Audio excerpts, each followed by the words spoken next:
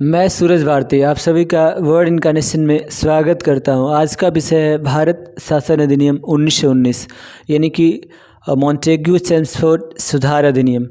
इस एक्ट को Montagu Chelmsford सुधार अधिनियम इसलिए बोला जाता है क्योंकि जिस समय यह एक्ट पारित हुआ था उस समय मॉन्टेग्यू भारत के राज्य सचिव थे और चेम्सफोर्ड भारत के वायसराय थे। इसलिए इस एक्ट को मॉन्टेग्यू चेम्सफोर्ड सुधार अधिनियम भी बोला जाता है। सबसे पहले इसकी विशेषता की बात की जाए तो यानी कि इसमें कौन कौन से वैसे प्रोविजंस थे जिसके माध्यम से भारतीय प्रभावित हुए और क्या प्रभाव पड़ा उसको समझेंगे। सबसे पहले बात करते हैं इसकी पहली विशेषता की। तो पहली विशेषता है द्विसदनात्मक विधायिका। इस एक्ट के माध्यम से जो भी पहले विधान परिषद यानी कि जो वायसराय की सहायक परिषद थी, जो वायसराय को विधायक या हर तरीके से मदद या सहायता करती थी, उसको अब दो निकायों में बांट दिया गया। पहली थी राज्य विधान परिषद और दूसरी थी केंद्रीय विधान परिषद। इन दोनों के माध्यम से अब शासन संचालित किया जाने लगा। अब बात करते हैं दूसरी विशेषता की। दूसरी विशेषता की बात की जाए तो प्रत्यक्ष निर्वाचन व्यवस्था। प्रत्यक्ष निर्वाचन व्यवस्था से आशय यह होता है कि अगर सामान्य जनमानस या जनता अपने प्रतिनिधि का चुनाव खुद करती है तो वैसे निर्वाचन व्यवस्था को प्रत्यक्ष निर्वाचन व्यवस्था बोला जाता है। मगर ऐसा नहीं है कि इस एक्ट के पास होने के बाद से सभी लोगों को निर्वाचन पद्धति में शामिल होने का अधिकार मिल गया या सभी प्रतिनिधि जो विधान परिषद के होते थे वे प्रत्यक्ष रूप से जनता के द्वारा ही चुने जाते थे। हाँ, मगर इस एक्ट के द्वारा यह प्रावधानित किया गया कि ज़्यादा से ज़्यादा प्रतिनिधि प्रत्यक्ष रूप से ही चुने जाएंगे यानी जनता के द्वारा ही चुने जाएंगे। अब बात करते हैं प्रांतों में द्वैत शासन। प्रांतों में द्वैत शासन से आशय यह है कि हर प्रांत में द्वैत शासन स्थापित किया गया। इस एक्ट के माध्यम से द्वैत शासन स्थापित किया गया। द्वैत शासन से आशय यह है कि अगर एक क्षेत्र विशेष पर दो शासी निकायों द्वारा शासन संचालित होता है तो वैसे शासन पद्धति को द्वैत शासन बोलते हैं। अब बात करते हैं हस्तांतरित विषय और आरक्षित विषय। हस्तांतरित विषय की बात कर ली जाए तो इसमें वैसे विषय आते हैं जिस पर वायसराय और सामान्य मंत्री जो होते थे वे इस पर जो भी इसके अंतर्गत विषय आते थे उस पर उसका संचालन करते थे।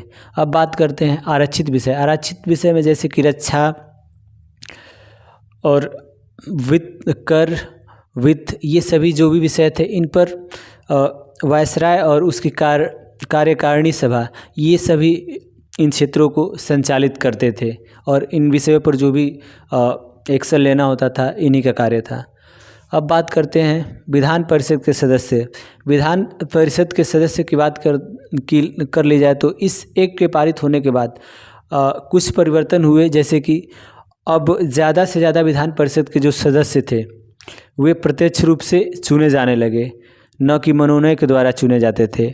और उसके बाद से दूसरे तरह के प्रतिनिधि थे जो मनोनय द्वारा भी चुने जाते थे। उनमें सरकारी प्रतिनिधि होते थे और कुछ गैर सरकारी प्रतिनिधि भी मनोनय के द्वारा चुने जाते थे। यानी इससे आशय यह है कि जो भी विधान परिषद के सदस्य होते थे दो तरीके से चुने जाते थे। पहला प्रत्यक्ष निर्वाचन प्रणाली द्वारा और दूसरा मनोनय द्वारा। यानी कि मनोनय से आशय यह है कि किसी व्यक्ति विशेष को शासक अगर उसका मनोनय करता है या अपने माध्यम से चुनता है तो उसी को मनोनय बोला जाता है। अब बात करते हैं सीमित मताधिकार और सांप्रदायिक निर्वाचन। सीमित मताधिकार से आशय यह है कि इस एक्ट के द्वारा मताधिकार का तो अधिकार दिया गया, मगर इसमें ऐसा नहीं कि सबको मताधिकार दिया गया। इसमें कुछ लोगों को ही मताधिकार प्रदान किए गए।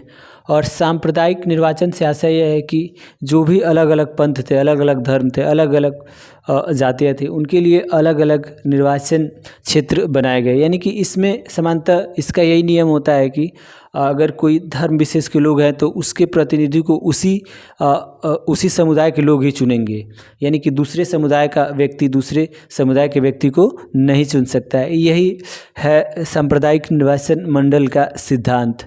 अब बात करते हैं लोक सेवा आयोग। इस एक्ट की एक प्रमुख विशेषता है, इस एक्ट के पारित होने के बाद लोक सेवा आयोग का गठन किया गया। जैसे कि आज यूपीएससी है, जिसके माध्यम से प्रशासनिक सेवाओं में प्रतिनिधियों को चुना जाता है।